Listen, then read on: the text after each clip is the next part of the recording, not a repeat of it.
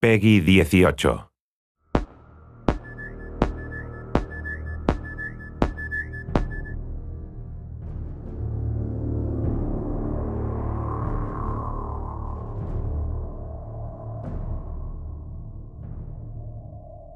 One of the exciting things about creating Aliens Colonial Marines is that it's not based on a movie, it's a sequel to a movie, a series of movies.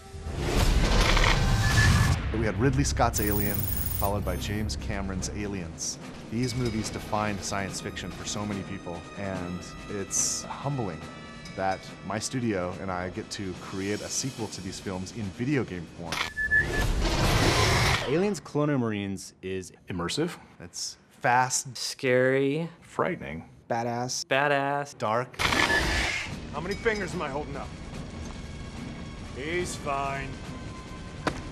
We tried to take that idea of a really interesting cast of characters and reinvent it a little bit with Colonial Marines. We're spending a lot of time on the authenticity, the feel of all the weapons, the presentation of the story. We're doing some kind of interesting things with the way that we're presenting objectives and how you make your way through the world. You know, we've put a lot of effort into being extremely authentic to the films.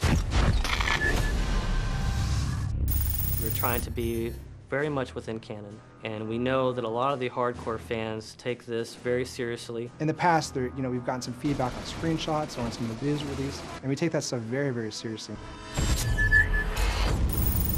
We've made changes to the game to make sure that this is what the fans really, really want, and it actually hits the expectations that everyone has. Well, for one, I think one of the similarities that you would find between Cameron's Aliens and where we are with the game is really in sort of look and feel, tone of the game. It has what you would think as if Cameron was directing himself, and at least that's our hope, is that you feel like the cinematography feels correct, you feel like the look and feel of the weapons, the way the aliens move, is something that maybe he would have done if he was directing a game like this. So we want to present something that's as compelling and detailed and beautiful and exciting as the films, but in an interactive experience. So I feel really fortunate to have had the chance to have met with Ridley Scott.